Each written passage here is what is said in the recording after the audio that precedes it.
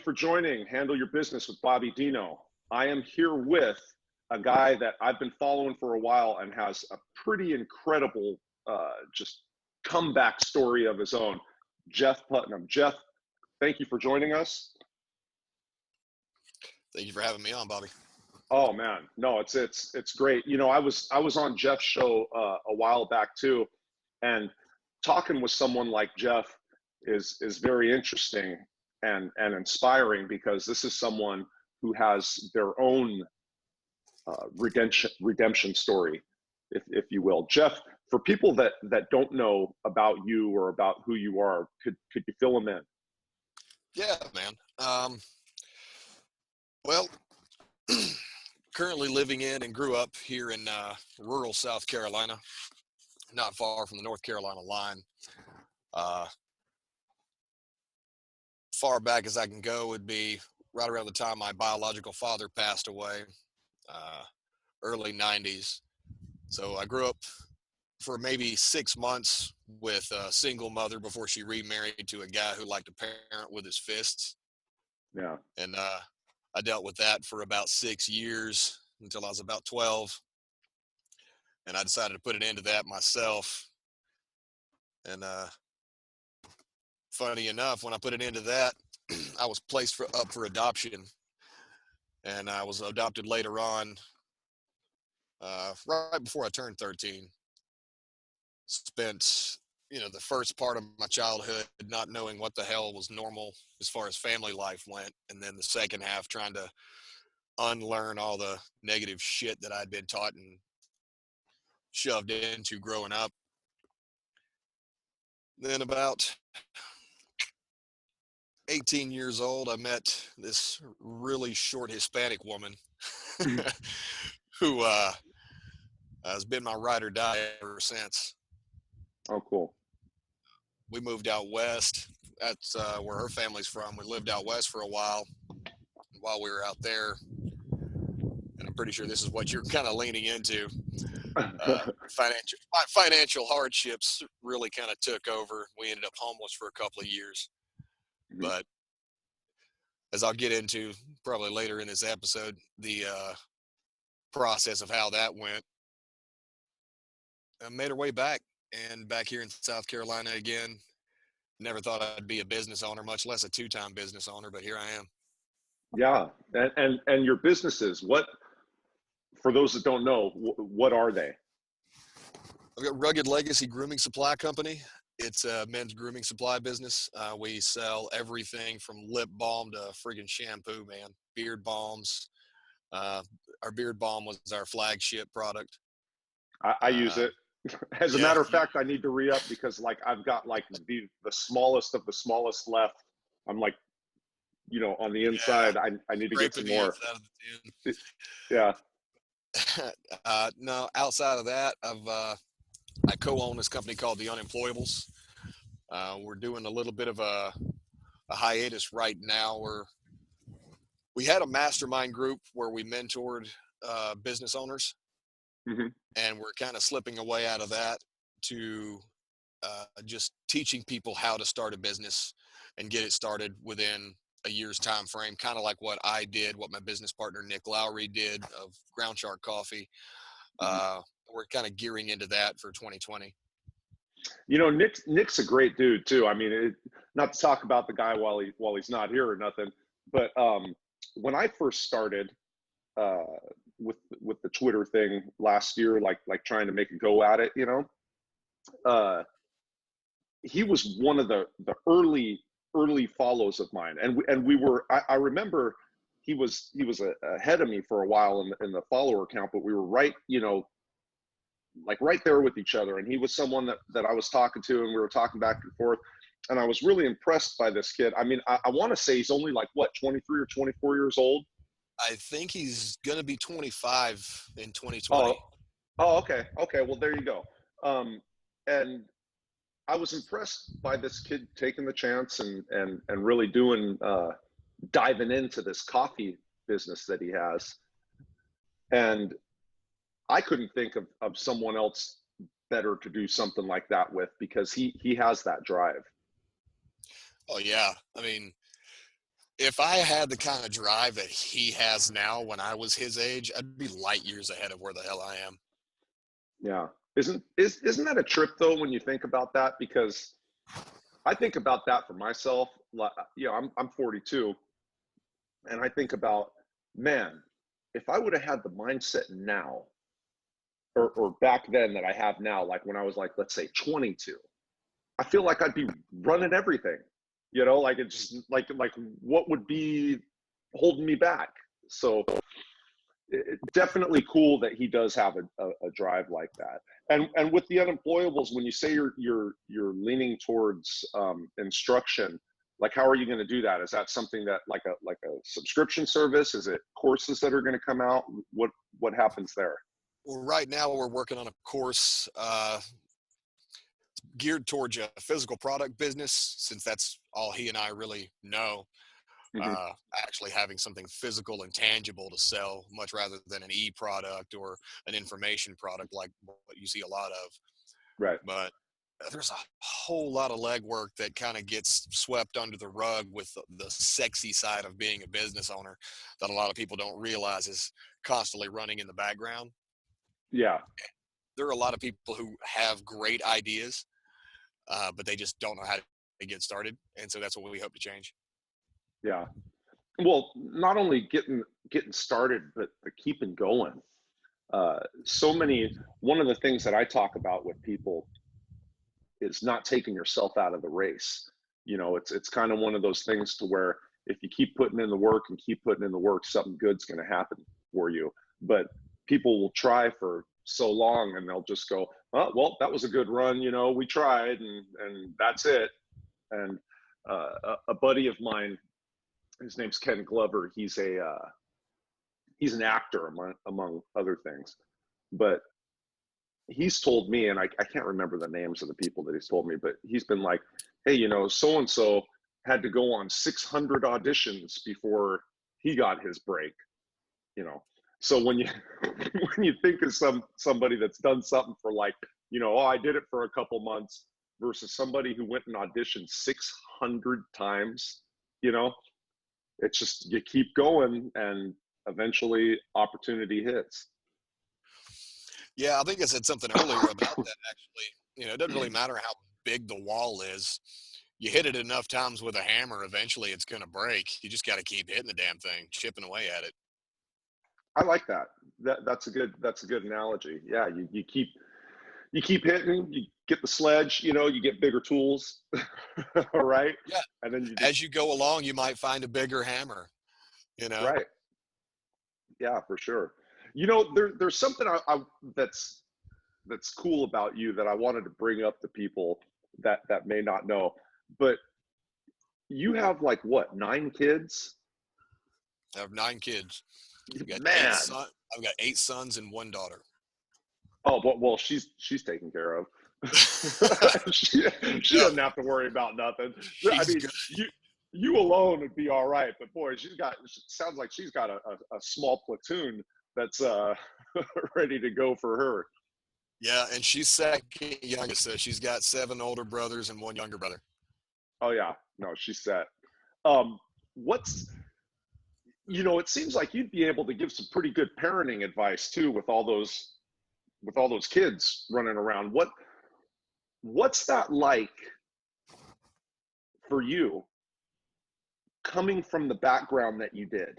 Because I know, like for me, because I came from a kind of shitty childhood, that I've done everything I can to like make sure my daughter's childhood is legit. Like she's safe, she's got stuff, she's doing whatever.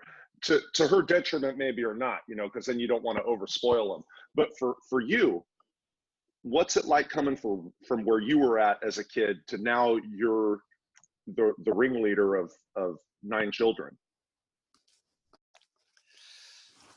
Well, I didn't have a positive male influence in my life until hell, I was, already a teenager.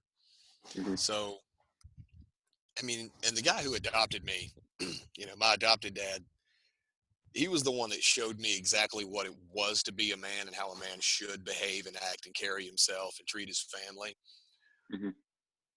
When I saw how different that was, because having lived in both sides of the spectrum, uh, it was an easy choice for me to how I wanted to raise my kids. And I think it's always been kind of like what you said. I want them to have everything that I didn't have, but that Hmm. doesn't just apply to the tangible, the cool Hmm. presents or the cool toys. It applies to, having a dad that will sit in the bed with them and read a book to them at night, or help them with their homework, or teach them how to change a tire or spark plugs or split wood, things like that. Um, I didn't have that until I was no longer interested in it, because once you're a Yeah. teenager, you don't give a shit, Hmm. you don't care. But, Yeah. and it wasn't something that happened with my first kid. Hell, it wasn't even something that happened with my second kid. It was, as time kind of went by, it's just like the whole consistency thing. You keep plugging at it until you get better and better and better at it. So it's it's also kind of like that joke where it's okay if you have multiple kids. You screw up on the first one, you get the second one right, kind of thing. Uh, Yeah. my youngest is definitely going to be set from the lessons that I've learned. Uh, Sure. but it was just I wanted them to have a dad, not just a father. You know what I mean? Yeah. No, I do. I do. It was the males that were in my life growing, because my dad died before I was born, and with the exception of my paternal, or excuse me, my maternal grandfather, uh, the males that were in my life, like my paternal grandfather, my uncles, my all that, the way that they thought that you made a man was you just kick the shit out of him and you get tough, you know. So it was like every time I was around those dudes, it was always kind of like, like where's it coming from, And all that did was just make me hate the fuck out of those people when I was young, like it just made me not like them at all. Like there wasn't any love, there wasn't nothing. It was just like, I hate this dude. Um, so to be able to steer away from that, I'm sure you have the moments too to where you're like, man, if I would have done as a kid what you just did now, they would have fucking murdered Yeah, me. You yeah. know? And see, with my stepfather, he was 20 years older than my mother. My Oh mother was wow. really young when she had me. Okay. That was, kind of the thing back in the day anyway. Yeah, well, mine was 18. I mean, yeah. But my stepdad already had three kids. Uh, two were in prison. One was mentally handicapped, you know, Mm, not, anything his fault or negative about that. But right. my stepdad had reached that point where, to be frank, he was just in it for the pussy at Right. that point. He didn't want more kids, even though, it was me and my little brother, and then he knocked my mom up again the Mm, same year that my biological dad died. mm, I have a half sister, mhm. but he didn't want more kids. He didn't want to raise more kids. He was just there, kind of Yeah. like filling the rest of the family portrait. He was already divorced, so he just said, "Well, time to plug in those little gaps that are in the family photo," kind of thing. Right. And then plus, I mean, to keep it frank, like how we were earlier, I mean, he's a man with a woman 20 years his junior, Exactly. so it's like he's just thinking he hit the jackpot probably, at that point. But Yeah, yeah. and I think that maybe it's got something to do with how his own biological kids turned out. With both of them being in prison for crank and meth and all this other shit. Mm, Maybe he held some kind of grudge, yeah. or some kind of chip on his shoulder. So when it came to me and my brother, maybe he didn't whoop their asses enough, so he tried to overcompensate with us. Uh, yeah. Maybe I don't know, but Yeah. feel like the way that he tried to teach Hmm. was he just expected us to absorb everything, you know, Right. by seeing what he did and how he lived and how he behaved. Like we were supposed to understand how he kind of thought internally. Right. And anytime we didn't, you know, live up to the perceived example in his head, it was time for a knuckle sandwich, you know, Yeah. kind of thing. And I was that kid that I'm not going to listen to you at all if you're not worthy of being listened to. And that's Hmm. kind of how I am today. Like, if you're not a strong leader, I'm not going to follow you. I'm going to buck you so hard and make you either step up or step out. You know, Yeah. that's just kind of how I am. And he was that guy who just expected us to fall in line because the rules were the rules and never explained what anything meant, Yeah. you know. Yeah. So have you, I mean, because that's got to be a weird feeling, man. Like you were in this, you're with your mother, you were in an abusive environment, and then you're put up for adoption, which is that's fucking crazy. Like, I mean, especially at an age to where you're actually cognizant, like what's happening. Um, do, do you ever talk, like, have you had any contact with your mom or with the stepdad or anything like that? I did for a few years. I think these past 2 years alone, it's kind of, well, as far as my stepdad goes, I haven't talked to that son of a bitch in a while. But uh, with my mom, I think these past 2 years, it's kind of gradually just kind of faded into nothing because I know there's this whole expectation. It's your mom, she's the only one you got. Da, da, da. There's that whole societal pressure for that kind of thing. But maybe it's bad to No, say. I'm not. I just don't fucking feel anything. You know what I mean? Hey, man, I got to the point to where, I mean, my mom, my whole life has just been crazy and abusive, my whole life, and it got to the point to where, after I kind of had my mindset change while I was in the joint, and then came home and she tried with that shit, I had to like write her, like I had to tell them, like, you're dead to me. My sisters too. Like, just, hey, you know what? You guys ain't gonna respect me or respect whatever. And I totally get where you're coming from, because I'm Italian, so like there's this whole fucking thing to where family is the most important thing in the That's whole that's wide the world. fucking omerta for you guys. Yeah, yeah, right. And then B, just like you're saying, it's your mother. It's your mother. You only, oh, she gave birth to you. It's your mother. And you try and explain this thing to people, and they're like, oh, well, maybe you guys patch things up and things will be good because it is your mom and you only got one mom and do. And it's like, in a perfect world, you'd want things to work, Of course. but you can't expect someone to change or to pick up your mindset or to be what you got to get that negativity out of your life. Yeah, and I mean, even especially with my kids, because both of my wife's parents are deceased. My father's deceased. You want your kids to have a grandma or at least some Yeah, form of a grandparent. But I mean, shit. You can only beat a dead horse for so long until you realize it's not going to get back up. right. So you just move on, man. Man, you and I have a lot of similarities because it's the same for my daughter. My dad's dead. Both of my wife's parents are dead, and yeah, all my daughter has for a grandparent is that woman.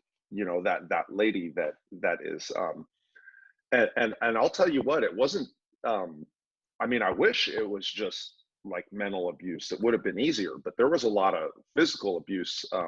I mean, she later on in life had to get on medication, you know, but this was already like while I was in the joint, that she started to. So I mean, I went my whole life with just some fucking bipolar, crazy gnarliness, you know.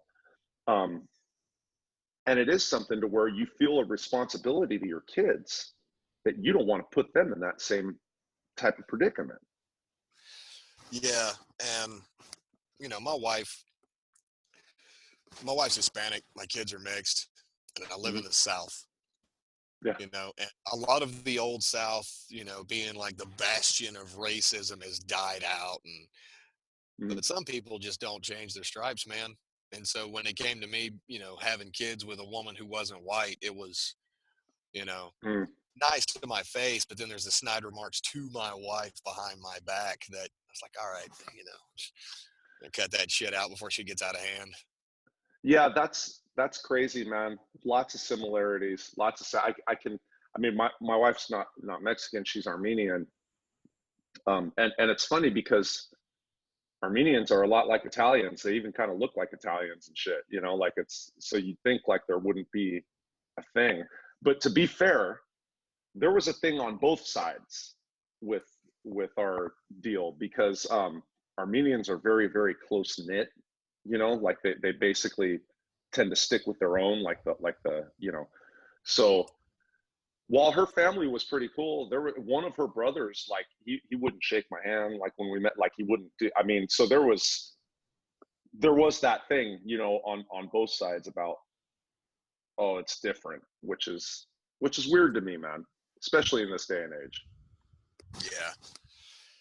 But, you know, I get it. I mean, it is what it is. You can either try to get a tiger to change its stripes or just move on. Yeah, just move on, right? So if if there were if there were a mindset or lesson that you could, let's say, just magically instill into your kids, right? You just snap your fingers and they got it, right? What do you think would be the most important thing that you could give them? Don't quit. Yeah. You know, when the market kind of went to shit back in the mid 2000s, Mm-hmm. we lost every fucking thing. Mm-hmm. And I had a really good job. I was working on the road all the time with a construction company. And that started really putting a strain on my wife and I's relationship because I'm only getting to see her uh, and the kids maybe 3 to 4 days a month. Mm-hmm. But the money Mm-hmm. was okay. You know, I had a company Yeah. phone, company truck. I had all, you know, I had all that shit. We were living, you know, nice place. But again, what the hell's, you know, what's worth a job if you lose your family? You know what I mean? Right. Especially over Right. something menial as well. He's just always on the road. If that's what's going to be the ending of it all, you might as well just change careers. Right. So, you know, I ended up doing that. But where we were living out west, you know, it's West Texas, it's oil country, and it's not a whole lot of really anything outside of, you know, hard labor. But the worst thing about it at that time was jobs were hard to come by. And so Yeah. the only thing I could get was a one of those work today, get paid today kind of jobs, Oh, you know, okay. Yeah. and they're Yeah. paying like 7.56 an hour. Oh, geez. Yeah. Yeah. And So you're working for it. yeah, man. I mean, I went from having a company truck, company phone, living in, you know, a 4 bedroom, 3 bathroom house to not being able to afford that to where we ended up all in a 1 bedroom apartment at one point. Mm. And my wife and I slept on a pull-out sofa, and all the kids had their beds in the 1 bedroom. Yeah. And even then, that went away, you know. Yeah. So we ended up having to move into a hotel. Yeah. At the time, I was working manual labor. My job was to go out and bust up concrete that had been broken up by the big breaker bits on the ends of the bobcats. You know, the big jackhammer breaker bits. Right.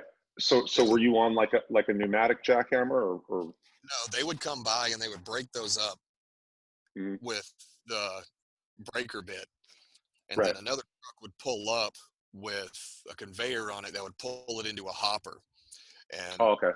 on the demo crew, what we had to do is we had 18-pound sledgehammers, There you and go. we had to make big rocks into little rocks and then shovel them onto the conveyor so they go up and get recycled so they could have gravel or, recycled Right. concrete basically. There was actually one of those plants right next door to the And refinery that I worked at. Yeah. okay, so yeah, you know Yeah. exactly what I was doing. Mm-hmm. Yep. But this is in the West Texas desert. It's 115, 118 degrees, Jesus and Christ. I'd lost the car. Car got repoed. Oh, So okay. I'm walking to work, slinging a sledge for 10 hours a day, walking back to the job office just so I could say, "Hey, here's my hour ticket." And then they go, "Oh, Mhm. you worked 10 hours." And then they turn around and goes, "Here's your check." I can walk next door to the gas station to cash it for $5. And Yeah. I've got like 50 something dollars in take home pay that day. Oh, wow. And I was Wow. doing that 6 days a week and then having to walk back home and then take between our food stamps and the money that we had to walk to the grocery store, fill up a backpack with all the food, and load my arms up, and then waddle back to the Yeah. fucking hotel room. And so I did that for 2 years, That's intense. you know. Man, But I bet you swinging that sledge gave you some Popeye forearms, though, huh? it did, man. Yeah. I was talking to Roman McClay about it one time, and I was like, I can still feel that fucking thing in my hands sometimes. You know, I No, I still wake up. I still wake up, my hands all locked up and cramped. You do yeah. that for so long, you lose your grip, you start losing shoulder mobility. My shoulders are trash. I've had, you know, all the cartilage taken out of my left knee. It was fucking bad, Ooh, dude. But yeah. that whole time, I just had to keep fucking walking, keep fucking swinging, keep fucking carrying. I could not quit because I had a wife and kids that depended on me, you know, Right. and we went from up here to way the hell down here. Right. And So you know, if for that's the those, one thing I can instill in the kids is don't fucking quit. yeah. No, that's what I was about to touch off on a little bit. For those that are watching, you've seen, if you've watched my show, this is going to probably be, I think, episode 11 or 12 now. I forget the number which we're on now. But if you've watched these interviews that I've done with people, all of them have said in some form of another, don't give up. You keep going. You don't stop. You don't. So while you're learning to handle your business by watching, you're hearing Jeff say the same thing. You don't stop. Don't take yourself out. Keep going. Um, Listen to where this man was at.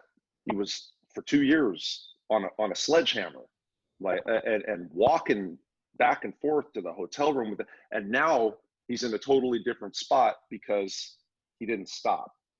He didn't stop. That's I say that, Jeff, because I like talking to the people while we're doing interviewing sometimes and pointing stuff out.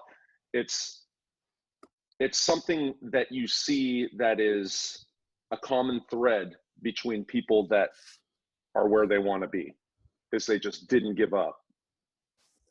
Uh, with you, what was you have the business now, Rugged Legacy, right? But you come from a background to where you did construction, you did these different things. What was a turning point or an aha moment for you to where you went, you know what? I'm going to get into this business. I'm going to try this and see what happens. Well, I think it was about this time last year. So right around New Year's of 2018, right before 2019, Mm-hmm. I was at work. I work for a an automotive manufacturing company now. Uh, I was at work, and I think we were doing inventory because we shut down. Like I haven't been to work in 2 weeks. We shut down for the holidays every year. But I was there doing inventory, helping out. And sometime before Christmas, my wife and I had been talking about, me starting my own company, me starting my own business, seeing what I could make of that. And I was like, well, I don't really have any fucking hobbies. that I could try to monetize, you know, because all I do is work, Yeah. you know, with a large family, that's all you can do sometimes. And so, I mean, I Yeah. get it when people say they don't have time, but Yeah. a little bit of reprioritization and you can make that time. And I don't know, man, I just said, I'm going to try it. And I have a friend of Yeah. mine, a guy named Tyler. I went to school with him. His mom was one of my teachers. He owns a company called Brick Creative, and they basically do all of the branding work for startups. You know, I'm talking logos, websites, Okay. e-com stores, the whole thing. I was like, well, I have no idea what I'm going to do, but I'm going to go ahead and reach out and start the conversation with this guy to see, you know, where it goes and what he charges for logos and all this other crap. And I've been kind of dabbling with the idea of like just using my barn to make homemade soaps, just as a hobby Hmm. to give me something to do, just to walk the hell outside and do it. Right. And I was like, well, yeah, I could do that as a business, you know. But there's no way I had the facilities or the money to do that at mass in order to Right. It's as a startup. There's no way, because yeah. the saponification process for making soap takes a month before the soap will no longer melt your skin off. I was like, yeah, I All don't the have time. lie and shit. Yeah. Yeah, all the lie, you just. Yeah. So I started, just looking up recipes and shit online for shit that I already used. I used hair products, I used beard products. Started looking up recipes, try to make my own. And there's a wholesaler place, here in town that wholesales the, do-it-yourself ingredients for like the hobbyists. Okay. So I went there and I started getting a couple of things and tinkering around with it in the kitchen and using all my wife's pots and pans and all Hmm. of her measuring cups. And I started making them. I'm like, holy shit, this is good. I said, maybe I can just do this, because it didn't take that long of a process. Right. Everything, everything was food grade. Hmm. And so I didn't need to worry about, killing someone or, you know, screwing up a batch. Right. So, I started doing that and I just started wearing it at work. And people are asking me, what are you wearing? It smells incredible. Holy Mm. crap, what are you using? And I was like, oh, it's something I made. And so then, mid-January, I was like, okay, I know what I'm going to do. So I called my buddy Tyler back. He was living in Prague at the time. You know, him and his wife are now living in Berlin, but they're completely location independent, do whatever the hell they want, kind of entrepreneurs. And Right. that, what they do kind of made me go, I want to do that, Hmm. you know? And so I just started Rugged Legacy. Okay. And I had 12 different products. I had pomade, I had solid cologne, I had 3 pomades, 3 solid colognes, 3 beard balms, and 3 mustache waxes. I Right. remember. Yeah. Yeah. That. Hmm. And then I turned around and made my own website that looked like a blind toddler did it. And I was like, all right, we'll see if this works, man. And so I jumped on Twitter about January the 19th. I remember that day exactly. And Okay. I said, I'm going to give it a go. And I just started hustling, man. I started trying to reach out to the biggest accounts I could. I Hmm. was like, I saw, and to me, someone with 1,000 followers was a huge account when I had Yeah. 0 followers. I've been on Twitter for 8 minutes, you know. Yeah. So I started connecting with some of the bigger people and reaching out. That's how I met Chronicles Nate. That's how I connected with Hunter Drew. That's how I connected with Nick. Hmm. Nick actually was one of the people that ordered the first 30 people that ordered Rugged Legacy products. A year or two, uh, he ordered 3 solid colognes, Mm. and that I that remember. yeah, that whole pre-order thing was in March of this year, and it was March 10th, and by March 23rd, I had sold out of every freaking thing that I had made. I remember. It was pretty incredible. No, I do remember that. I didn't know that you were sitting there making them like at your pad, like making these products. I Yeah, didn't. I didn't know that. first. I did that Yeah. first. Then when everything sold out pre-order wise, I'm like, there's no freaking way I can keep up. There's no way. And Yeah. so I went onto a website, mfg.com, and I started searching manufacturers. And Hmm. I called a lawyer, started messing around, found a manufacturer, and we came to an agreement. And they started Cool. cranking them out so that I could have them make it all for me, and then they would Hmm. ship it to me, and then I would sell it, and I just pay them an invoice. And it was Right. later this year we worked out an agreement to where they handle all of my distribution, the packing, everything, and I just pay them an invoice every 2 weeks for all the work they do. Right. No, But I at remember first when you. it was hustling, man. No, that's how you and I met. Actually, was you reaching out and talking and I did. You know, my wife. I use the grind is for those of you watching, that's one of his flavors. I call him flavor, but that's like one of the beard balm flavors, right? Is the grind, and my wife loves it. Like, I mean, I had these different colognes and different stuff that I used to wear and all that. Now I just put that on. I don't even put cologne on.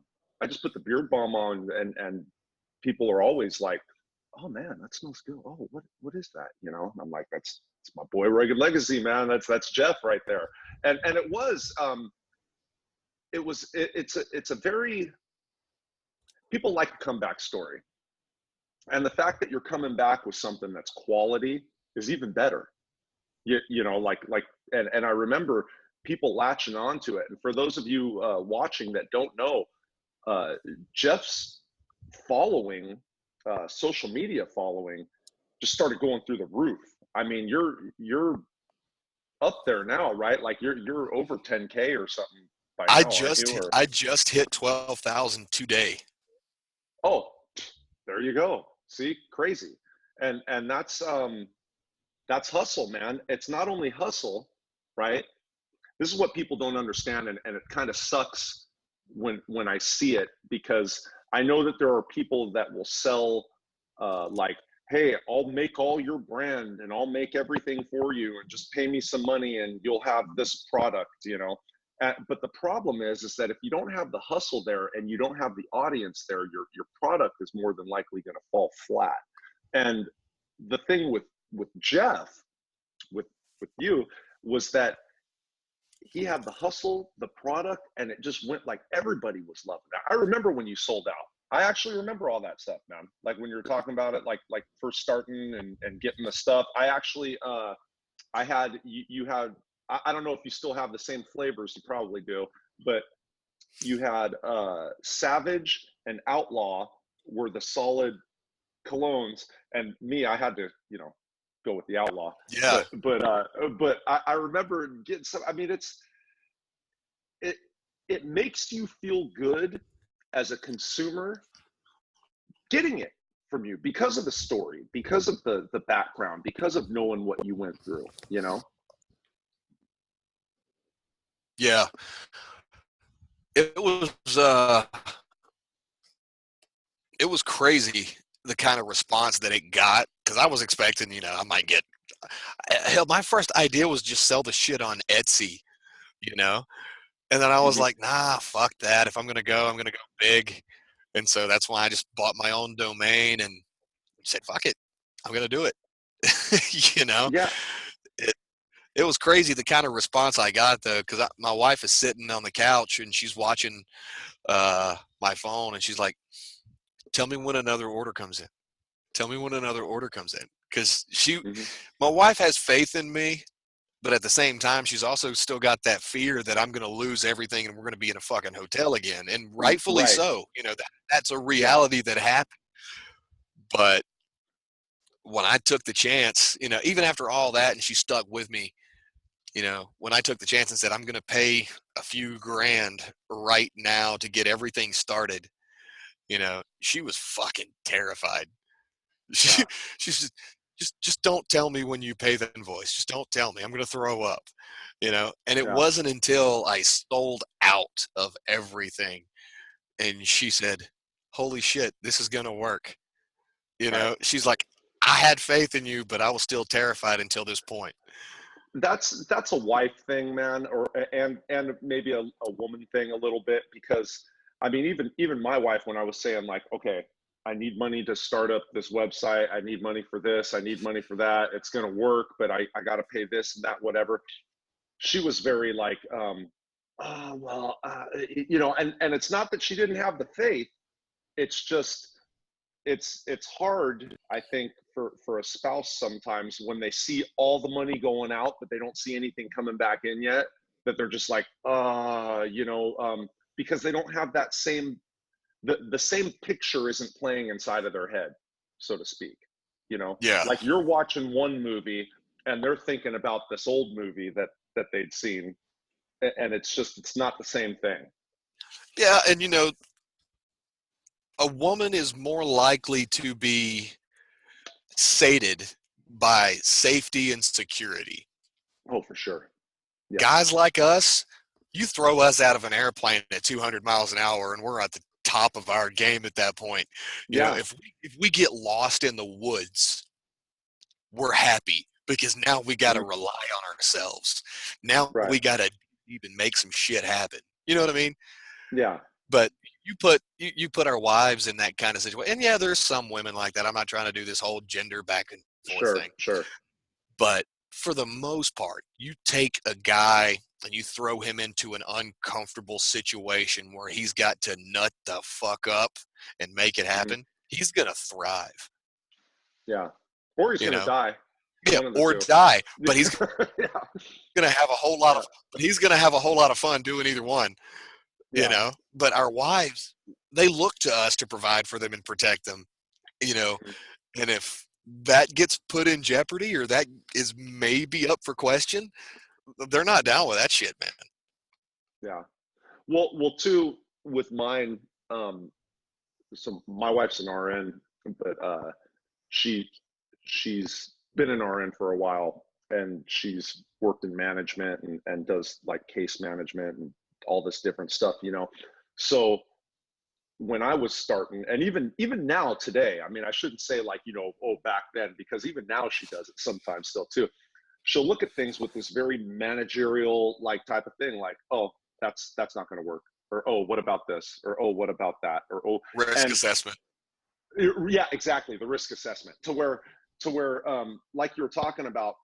And it's funny you said coming out of an airplane, because that's something that I've used before too. Like, you could drop me out of an airplane anywhere, and wherever I land, I'll fucking figure it out. Like, I'll handle it. I'll make something happen. And that's like, Or I die. think, Either way, or you're going to or be in your die, element. right? Or die. Yeah, that too. But how much of that do you think, because you and I have the similar background, uh, a lot of similarities in our background, it sounds like, um, how much of that survivor instinct do you think comes from that? Uh, I had someone ask me yesterday, actually. They asked me, how did you get over the feelings of abandonment and rejection when your mom decided that she was going to take your abuser's side and put you up for adoption? I never had them because it was just ingrained in me. That's how life was. Hmm. You know, I grew up and in my head, in my, my formidable years, survival was the life, you know, Hmm. it wasn't, I've got it bad and Johnny's got it good. It was, this is how everybody lives. You Hmm. know, everybody looks happy outside, and hell, we looked happy outside. I just figured, Timmy, Tommy, Jason, and Sally over here were dealing with the same shit I was dealing with. They just don't Right. talk about it in public because it's not polite conversation. Right. And so I thought that was the thing. And so, I think it was Adam Lane Smith, Prometheus, that had talked to me about it once. He's like, no, your brain just kind of rewired a little bit to view everything as survive. Hmm. And it may be the case. I know nothing about psychotherapy or anything like that. I know fuck all about it. But But Yeah. I mean, I never felt like, oh, my mom abandoned me or everybody left me. I never had that. I thought this is just fucking normal. And so Yeah. I guess, in being raised, that way, I think a lot of that kind of transferred over. And I think that's why I might get frustrated with my kids sometimes. I'm like, how do you not have this killer instinct? You know? Yeah. And then I'm like, well, I have to backtrack a little bit. I'm like, well, he's 5. So, so Yeah. No, I it's just think it crazy. was a product of the way we came up and we thought it was normal. We didn't think anybody Normal. else lived different. I totally agree with that assessment. I mean, I knew, don't get me wrong, I knew that like I shouldn't have been getting my ass kicked every day. Like I knew like that wasn't, because I mean, I remember like going to school with like bruises on me and shit. And like the teachers, oh, how did you get this bruise? And like have it, I fell down the stairs. Oh, I was playing, I fell off my bike or, but back then, during the early 80s or mid 80s, it wasn't like how it is now to where like they would they just call the cops. Like now it's just like, oh, kids coming in all messed up, they're calling the police right off the bat. Wasn't like that back then. It was Yeah. just like, oh, okay, whichever. But very much the same thing to where you're talking about, it was just normal. One of the things that's kind of that made me realize when I came home how fucked up and negative stuff was meeting my wife's family. Now, you want to talk about like a normal, happy, everybody's cool with each other and shit like that. It was weird because like I'd go over there and like nobody was getting in fights, nobody was yelling and screaming at each other, nobody was telling the other person to fuck off, nobody. It was like everybody was happy and getting along, saying prayers over dinner, and I was like, holy shit, like this is what like a loving family is supposed to be like. And traversely, it made my wife not like my family at all. She's Yeah. just like, the fuck is wrong with these people? And to me, just like you're saying, because I grew up around it and because that was my life, it was just normal. So I just brush it off like, just whatever. And she was like, nah, man, we can't, that's not right. Like what's it? So it was when I did see that contrast, it made me realize like, whoa, we really came from a place that was not only not normal, but it was something to where you had to just freaking fight or die. Yeah. And when I was adopted, the family was weird. Yeah. You know? Yeah. it was like you're waiting for the other foot to fall the entire time. And even though it was a positive environment, my adopted dad worked his ass off to provide, and I had my own room, I had stuff. It was weird because none of that actually stuck. It Yeah. was it was what was already ingrained in me couldn't be unlearned. You know what I mean? Yeah. I was Yeah. still that kid that locked his door at night. You Yeah. know, I had some crutches from where I broke my foot in 10th grade, and I used to take that crutch and I'd prop it up underneath the doorknob every night before I go to sleep, and it was just like, Yeah. just make sure that no one's coming in the middle of the night, and it was just like Right. matter of factly, just Give it. like you go and you lock your door before you go to bed, or you lock your car in the parking lot. It was just axiomatic. Hmm. It just happened. And it wasn't until Yeah. way later, and I was like, "Holy fuck! I don't need to do that shit." Yeah. It's Yeah. no, And that's, it's kind of like when we spent all those years living in a hotel, and I used to take my wallet and my pocket knife and my change and everything, and I'd stuff them inside my shoe because they didn't have anywhere else to put them, and so I right. just stuff it inside my shoe and I'd set it down. And when I moved into this place, I'm like, I don't have to put shit in my shoe anymore. I've got a Yeah. nightstand. I don't have to, you know, try to keep everything in one little group. I can Yeah. put my shit, I can put my toothbrush in the bathroom. Hmm. you know, it was Yeah. really weird. It was a hard habit to unlearn. Yeah. That's something that I noticed, and you're making me think of it by you saying this, but something similarly, when I came home, well, growing up, I always used to keep my door locked, just like what you're saying. Like I sleep with the door shut and locked and all that shit, you know. And when I came home and I'm with my wife, she likes to sleep with the bedroom door open. And I would want to shut it and she would want to keep it open so she could hear and see what was going on in the house and everything. And it was this behavior that I had to kind of unlearn, like, okay, it's all right to sleep with the door open. Like I've already locked the front door. There's nobody else coming in, you know. But it's these little things that we learned from when we were small that that stuck with us. There's a saying that we and they make memes out of it online. So you've probably seen this too about hard times create hard men, which in turn create good times, which create soft men, which create hard times. You know, it's like this circle Yeah. that I've goes seen that. around, right? Yeah. And that's kind of like what I feel about people like me and you. Like we were created by a hard time, which made us exceptional to do what we wanted to accomplish, right? And now we've got these kids, and it's like when you were saying earlier, like, why don't you have that killer instinct? You know, do you worry about what you're creating for them as far as like how they're going to turn out, or do you think like, they'll be all right? I think they'll be all right. I do the best I can to try to guide them, as you know, in critical thinking, which seems to be obsolete in this day and age. Yeah, But yeah, one of the things that I try to, instill in all of them is you got to earn it.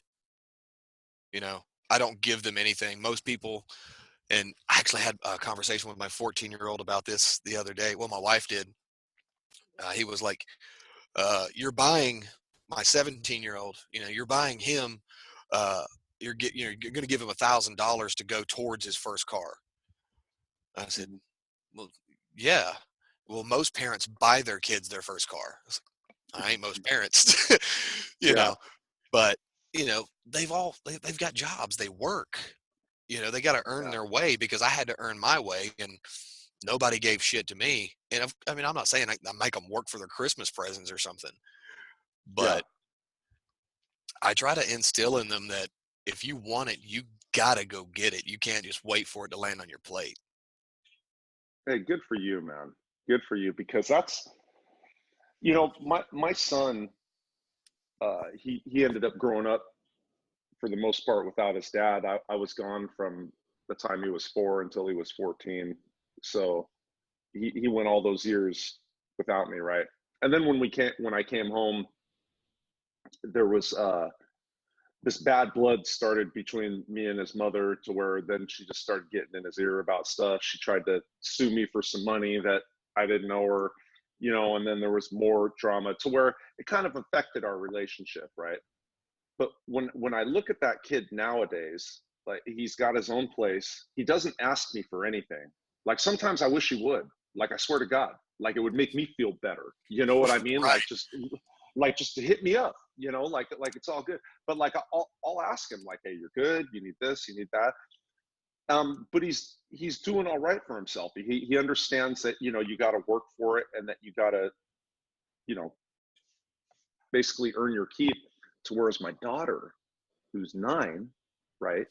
Because I've tried to make sure she's got the greatest life and great, she expects a lot of this shit. And a lot of the stuff that she has, it's just like, oh, well, that's a given. I mean, I got an iPad, of course. Why wouldn't I have an iPad? Why wouldn't I have a laptop? This is what, and it's like, man, that wasn't stuff that was just handed out to us. So I admire what you're doing there with work, because I know how easy it is to not do that. Yeah. You get what I'm saying? Yeah, to just hook them up, you know. Yeah. I explain to them all the time, like, I didn't have my first freaking cell phone until I was in my 20s. I didn't have my own laptop until I was damn near 30. because we were just, Hmm. struggling. So it was something that just wasn't a thing. Yeah. My 17-year-old has spent probably $2,000 of his own money in the past year on PCs because that's his thing. Yeah. But I'm like, yeah, that wasn't an option back in the day, man. Yeah. I'm shooting this thing right now. I got a MacBook Air finally just a few months ago. This is my first laptop. I'm 42 years old. You know what I mean? I mean, it's just like it's that's not to say that I couldn't have gotten it earlier, but it's just things. There were things to me that were more important at the time, and really, what made me pull the trigger on this is work. I use it for work. The productivity that I get out of this thing is just freaking amazing. What I'm able to do. So, but yeah, they get things, and then especially with what they see like on TV or in movies or whatever, with the things that kids have and the things and this and that, and it just becomes like this expectation. It's really actually brilliant marketing on these large companies, like Apple or the other ones. It's because then it's just like, oh, if I don't have this, I'm an outsider.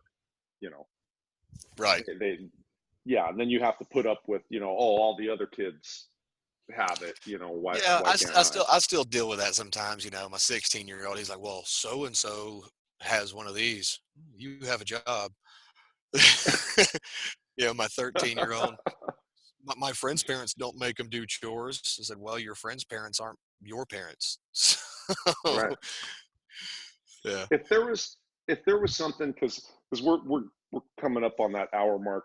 If there was something that you wanted that you think would be beneficial for parents, okay, uh, something that maybe a lesson that you could give the parents who have kids from your own experience, what would you suggest? Like, if there was just that one thing or a couple things, like what would you suggest parents do with their kids to be raising upright, good good upstanding citizens? Don't be a helicopter parent. Well, I mean, nobody likes to see their kids fall down, cry, get hurt, lose, fail. Nobody likes that crap. But my 13-year-old failed the seventh grade. And I told him, because at the time, there was no way for me to get him to and from summer school while I had to work. So I told Mm. him, if there's no online option, you are done. You failed. You're going to have to repeat it. I remember this. This was recently, right? Yeah. I remember this happening. Yeah.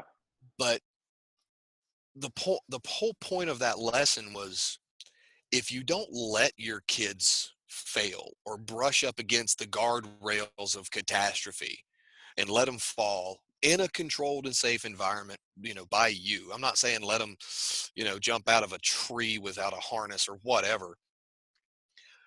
But if you don't let them feel that sting of failure, they're never going to appreciate any victories. If you go and you fix every mistake they make, if you correct every wrong they do, if you go through and you scream at the teacher because they got a bad grade, they're going to always expect somebody to step Mm. in and help them.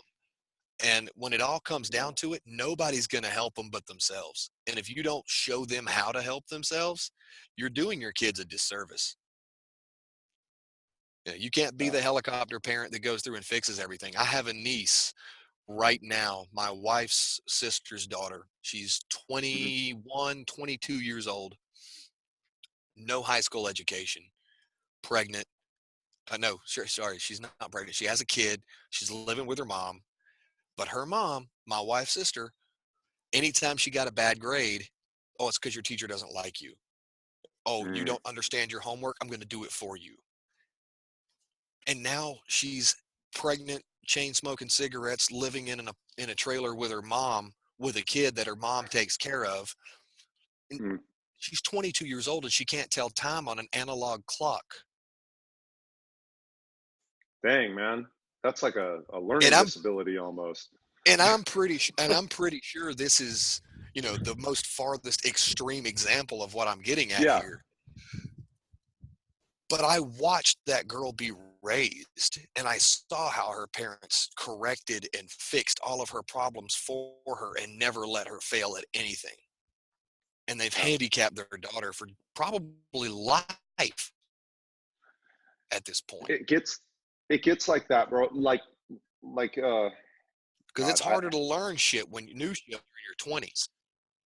yeah, It's yeah. bad. No, So there's that's the one thing I can say is don't be a helicopter parent. yeah, yeah, there's people that I know. I won't get into names only because I don't know who's going to be watching this, but there's people that I know that are my age, okay, that are still living at home with mom and dad. And it's the same type of thing. Mom and dad have always been able to like kind of step in and hook them up and save them from Bail them disaster. out.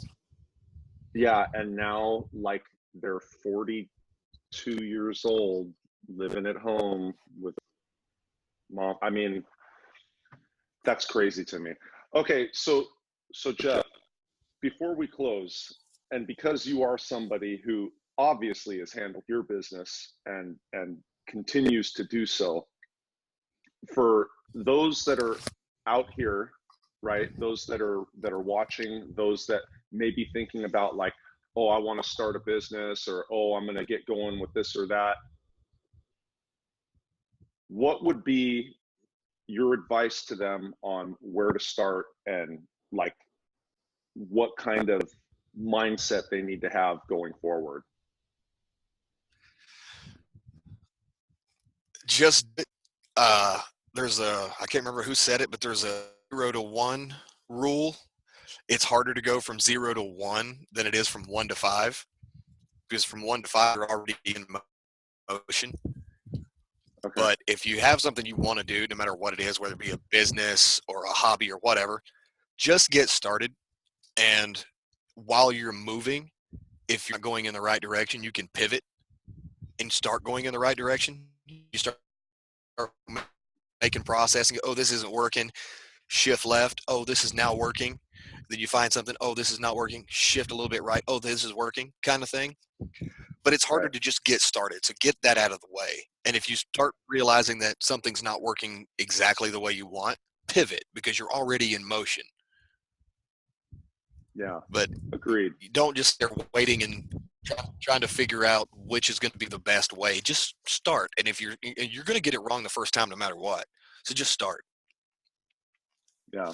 Hey, Jeff, I appreciate you coming on, man. I feel like you've really given some people, not only on the subject of business, but on parenting as well. I feel like you've given out some really great advice today, man. I feel that everything you've said has just been spot on, correct. Maybe part of that is because we have a lot of the similarities in our background, but I really thank you for coming on, man, because I feel like people can really benefit from what you've had to say today. Well, I'm glad we could finally make the time to do it, man. Our schedules clashed last time.